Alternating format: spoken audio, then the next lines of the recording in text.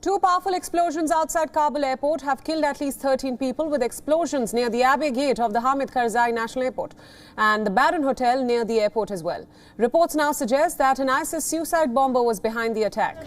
The death toll is likely to rise. About 60 people were injured in the blast. The Pentagon also confirmed that there have been US casualties in what they have called a complex attack in Kabul. The Pentagon also confirmed a second attack near the Baron Hotel in Kabul. At least 60 people have also been injured in the blast. The injured people were seen arriving at a hospital in Kabul. The visuals on your screen now show the visuals coming in from outside a hospital in Kabul. There has been no response from the Taliban yet on the blast. Earlier, several countries urged people to avoid the airport where there was a threat of a suicide bomb attack. The United States and its allies urged the Afghans to leave the area because of a threat by the ISIS. But just days or even hours before some nations, before the evacuation effort ends, in fact, few Afghans appeared to pay heed to that call. The US Embassy warned citizens at the airport gates to leave immediately due to an unspecified security threat. Australia, Britain and New Zealand also advised their citizens not to go to the airport, with Australia's foreign minister even saying that there was a very high threat of a terrorist attack. The airport gates were the biggest potential target, with hundreds of Afghans gathered there.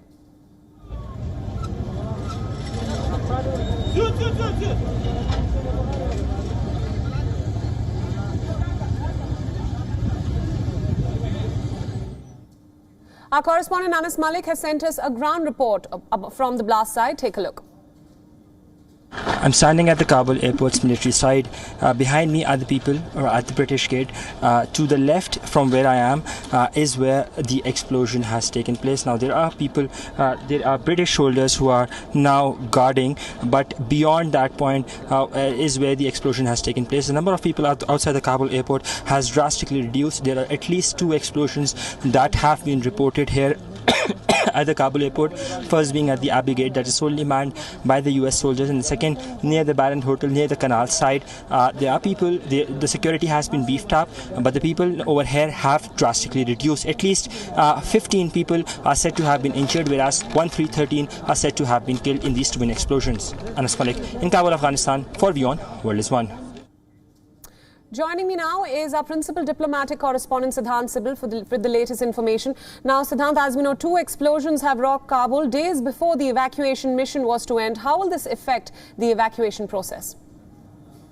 Well, it will complicate the already complex and chaotic operation, the evacuation operation at the Kabul airport, not just for India, but for other countries as well. The Americans are in a rush. Many countries, in fact, announced in last 24 hours that they're going to halt the evacuation process from Kabul airport, which includes countries like Poland and other countries as well. But largely, if it looks like the situation on the ground, it has gone bad to worse. And this is the first major terror attack in Afghanistan, in Kabul, since the takeover of the country by Taliban, since Taliban entered into the national capital, Kabul, on 15th of August. The twin blast, the details are still being known in terms of the casualty numbers. There have been multiple meetings happening in both Washington and London, and of course it has heightened the concerns for many countries in the region, including for New Delhi. Today, in fact, was a day which saw a lot of developments here in Delhi in terms of not only the evacuation. There was a flight which came with a number of Indian nationals who have been evacuated, but also the Nepali nationals as well. The Indian External Affairs Minister, Dr. S. Jaishankar, briefed the Indian MPs, the political parties, in an all-party meeting regarding the situation in Afghanistan, what will be India's stance and what will be India's priorities, as well as the challenges. After the meeting, of course, he was speaking to the media. He said the number 1 priority is the evacuation of the Indian nationals. Right. So far, India has been able to evacuate a major chunk of the Indian nationals, but there are still Indian nationals in the country, and the priority will be, as long as there are Indian nationals on the ground in Afghanistan, the Indian government will make sure to bring these Indians back home. But nonetheless, the focus also on the vulnerable section of the Afghan society, especially the minorities, Hindus and Sikhs. Over last few days, India has been able to bring back a number of these minorities. In fact, India has been able to bring back 112 Afghans to India, and this process is expected to continue. But with the terror attacks, it looks like the challenges will increase for many countries, including India. Right, Siddhant, thank you. Stay with us. We're now going to Afghanistan to our correspondent Anas Malik, who of course has been reporting for us with all the latest updates coming from Afghanistan. Now, Anas, what's the latest that you have? We have a Taliban statement, in fact, coming in. The Taliban has condemned the attack. Tell us more about the same. Well, yes, the Taliban spokesperson Zabiullah Mujahid in a tweet has condemned the attack. He said that the attack took place on the US side of the security, and that is what we have witnessed as well. Where I'm standing, beyond these containers, this area is controlled by either the Allied forces, the British troops, or the US forces in their respect near to the gates where they are, where they're stationed. This area where I'm standing is being controlled by the Taliban, and the blast took place about 800 meters from here. So what Zabiullah Mujahid has said looks like it is true that it did indeed take place on the side of US security where it happened. Number one. Number two, there are about 15 people who are confirmed dead, 15 people, whereas another 70 are injured. There were two blasts that took place today, first being at the Abbey Gate, that is to my left, which is guarded by the US forces, and the second took place to the point where I was just hours earlier, where we've been reporting from just hours earlier today at the canal side of the Baron Hotel. To my left exactly is the Baron Hotel's entrance. Beyond these containers, about another 600 meters is where the explosion took place. The first explosion is being confirmed by local authorities as a suicide explosion. At least 3 US soldiers are said to have been injured in the first explosion. The second explosion, the nature of that is still unclear. Local sources tell me that it was perhaps planted in a bag, though clarity on that is yet to be known about that. The second explosion where it took place, there were thousands of people, and as I say, I was literally hours earlier at that very gate, at that very point where we've seen those gruesome images of dead bodies, those graphic images of dead bodies. Like, I was literally there, and we've been reporting at WION throughout the day, at that very canal, at that very sewer that was being crossed by the people in order to get there. As I talk to you, I can hear jets hovering over, I can hear helicopters hovering over, I can hear some flights. Not sure if there are evacuation flights or normal C-17 or C-130 cargoes being taken around, but yes, flights are taking place. People have gone back. Only a handful of people remain beyond this container. Those who have been thoroughly checked, their documentation has been checked, and visibly these blasts have taken a hit. These blasts have resulted in the evacuation having taken a hit. Right, Anas, thank you for those inputs. Now, of course, the big question remains, will there be a change in the US strategy towards Afghanistan? Remember, the evacuations are set to wrap up by August 31st. Now, for the US perspective, let's go across to New York, where our correspondent Susan Teherani joins us live from. Susan, tell us about the Pentagon briefing. We know it has been delayed. What kind of statement do we expect from the US Pentagon at this point?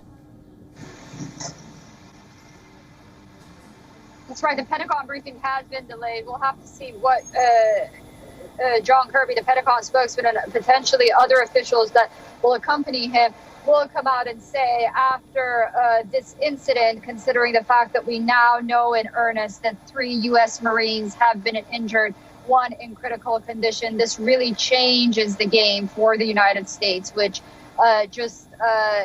earlier said, first of all, that there wasn't going to be a Taliban takeover. Second of all, said that, yes, there is an ISIS-K threat, but then came out and said that it's not really that big of a danger to the United States or its interests, let alone its homeland. And now we see that it's a very highly likely, almost in earnest, that this was an ISIS-K attack. So, it puts the Pentagon and the Biden administration in a very peculiar situation. I must note that while we do hear messages of condemnation from the Taliban spokesman, it is somewhat slanted when he does say that this happened on the American side, first of all. And second of all, this does come at the heels of an interview that a Taliban spokesman gave yesterday to NBC, where he said that there was no evidence that bin Laden was responsible for the 9/11 attacks, essentially not condemning Al-Qaeda terrorist organization. And the reason I'm bringing that up is because there's a conversation going on here in the United States to what extent the Taliban can be trusted in dealing with these terrorist organizations in Afghanistan right now, and what kind of cooperation it's doing with the U.S. government. Absolutely, Susan. And to understand better the Taliban's role or the Taliban's response to this crisis in Afghanistan, Anas, I want to come back to you. You're in Kabul. You have been reporting all the developments taking place in Afghanistan over the last few weeks. Tell us a little bit about what's happening in Kabul right now. Are Afghans still thronging the airport? And how has the Taliban responded in terms of security? Well, the security in Kabul city has been visibly beefed up. If I were to get to the airport from my hotel, I was to cross at least 2 checkpoints. Now I crossed over at least 7 checkpoints. And you can understand very well from the level of increase or beefed up security that from the last checkpoint to where I am, I've been escorted by the Taliban men, by the Taliban fighters to where I am.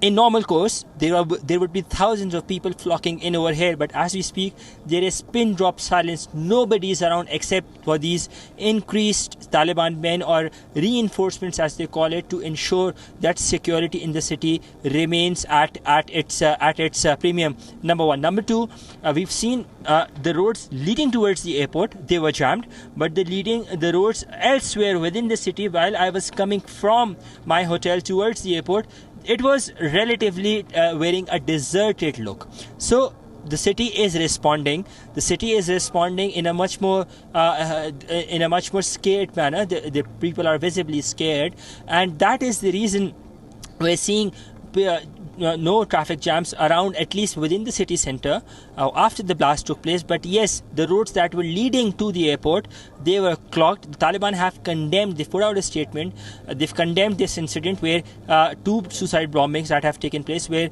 15 people have been killed and 70 have been injured. Priyanka? Right. Now, Anas, how will this impact the ongoing evacuations? We recently had the French President Emmanuel Macron say that the next few hours will be very risky in Kabul. What do you make of this statement? Well, yes, the evacuations have visibly taken a hit. As I said, there used to be thousands of people. I was just here yesterday. We've been reporting at WION, at Z. We've been reporting the sea or the storm of people that were here, and you couldn't even stand. And right now I'm standing and doing a live right now. So the evacuation has visibly taken a hit. The people who are there beyond this container in smaller numbers, perhaps 200 or 300, they have been thoroughly checked. Their documentation has been verified, and only then they are allowed to go through to that which is being guarded by the British soldiers. So yes, visibly the evacuation has taken a hit. It's been roughly about 2 hours since I've been here, roughly about 2 hours, and since then I've only seen about 3 aircraft taking place, contrary to how it was when I was here 4 days ago inside the airport, where at least after every 10 minutes we would see a flight coming in or flight going out. But in the past 3 hours, I've only seen or heard only 3 flights going in or going out of the Kabul International Airport's military side, and that too we cannot confirm whether it was to do with the evacuation or whether it was just logistics, because these C-17 Globemasters or C-130s, Hercules C-130s, the cargo planes, they are being used for both to transport logistics and cargo and to transport people as well. So therefore the nature of these flights still remains unclear, and visibly the evacuation has taken a hit because of these twin suicide bombings. Priyanka? Right, Anas, thank you so much for joining us from Kabul and for getting us all those updates. Stay safe. Coming back to you, Siddhant, get us the Indian perspective in all of this. India has repeatedly said and raised an alarm about Afghanistan possibly becoming a safe haven for terrorists. How will these explosions change the Indian policy towards Afghanistan, especially when it comes to the evacuations that are ongoing?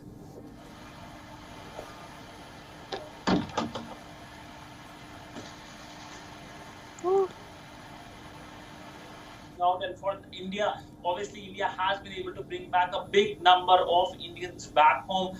More than 200 Indians have been brought back, and many of Afghans, over 100 Afghans, including minorities, Hindus and Sikhs, have been brought back. But when it comes to the issue of terrorism, over the last 48 hours, there have been 3 statements by India on the issue of terrorism, particularly when it comes to Pakistan-based terror groups now finding safe havens in Afghanistan. First was the BRICS NSA meeting, where the Indian NSA Ajit Doval pointed out that Lashkar-e-Taiba and Jaish-e-Mohammed terror groups are finding space in Afghanistan. Then, of course, at the UNHCR, where the Indian envoy to UN in Geneva, Indramani Pandey, talked about the same issue, pointing out to these 2 terror groups finding safe haven. And then yesterday, Indian CDS Bipin Rawat talking about the terror outflow from Afghanistan becoming a security challenge for India, for which he said that India is ready to deal with it. But largely now India's next action is to talk with its allies, with its partners. We know the Indian Prime Minister Narendra Modi had spoken to the Russian President Vladimir Putin, and India and Russia have agreed to form a permanent channel for consultations on Afghanistan. A spillover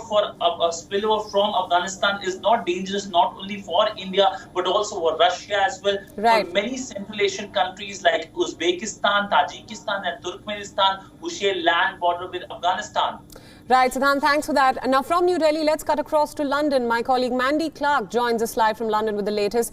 Now, Mandy, the UK government is holding a crisis meeting after these airport explosions. What more can you tell us about this? Will there be a change in plan when it comes to the UK evacuating more Afghans from Kabul?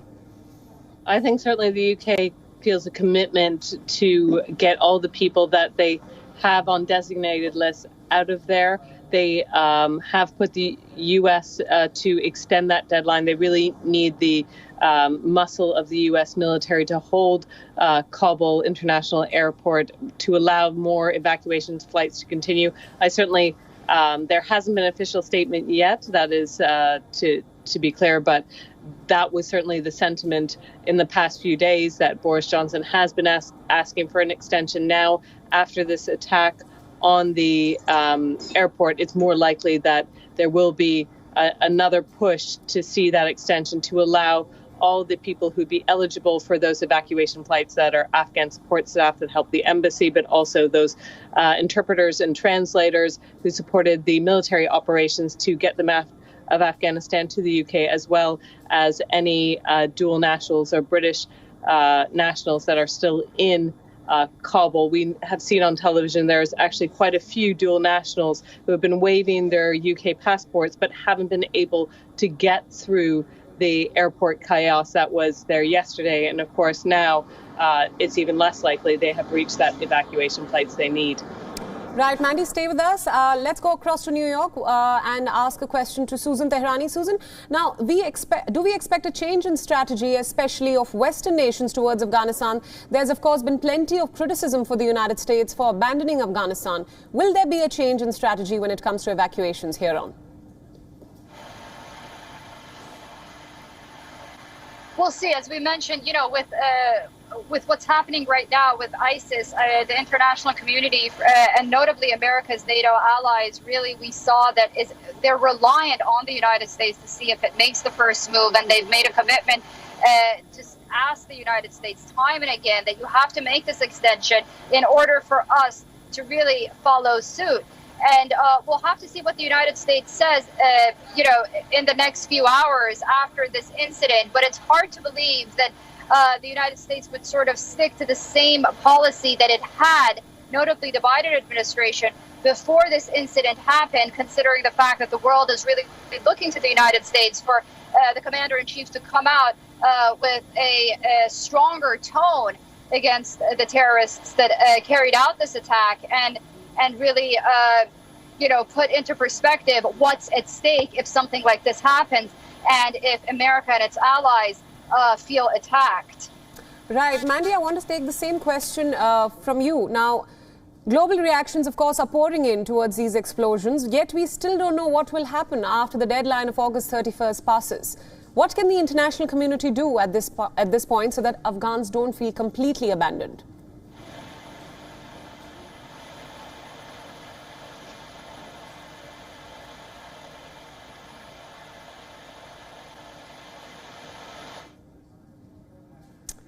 Right, we'll get Mandy Clark back on this broadcast as soon as we can. Susan, at this point, what kind of statement do we expect from the US? We know the president has been briefed about the developments in Afghanistan. We're expecting a statement from the White House. I know that we were expecting a statement coming out from the Pentagon, but with the developments that we saw and to the scope that we saw happening right now, it would make sense that the White House would come out with a statement before the Pentagon at this point. So we'll have to see what the president and the White House really comes out and says, but it will be it has to be a lot more hard-hitting than it has been so far. I believe it's going to really be focused on the security and safety of the individuals who are in the perimeters, notably Americans, the American troops who have been, the Marines who have been injured, their conditions, and the humanitarian aspect will be front and center, but also how America plans on moving forward in making what has been a disaster and chaotic evacuation perhaps a little more confined and more planned as it has been so far. So we'll have to wait and see. It's so difficult to tell right now with so many moving rubrics at this point in time. Right, Susan, stay with us. We'll come back to you for more updates once a Pentagon briefing is slated to come soon.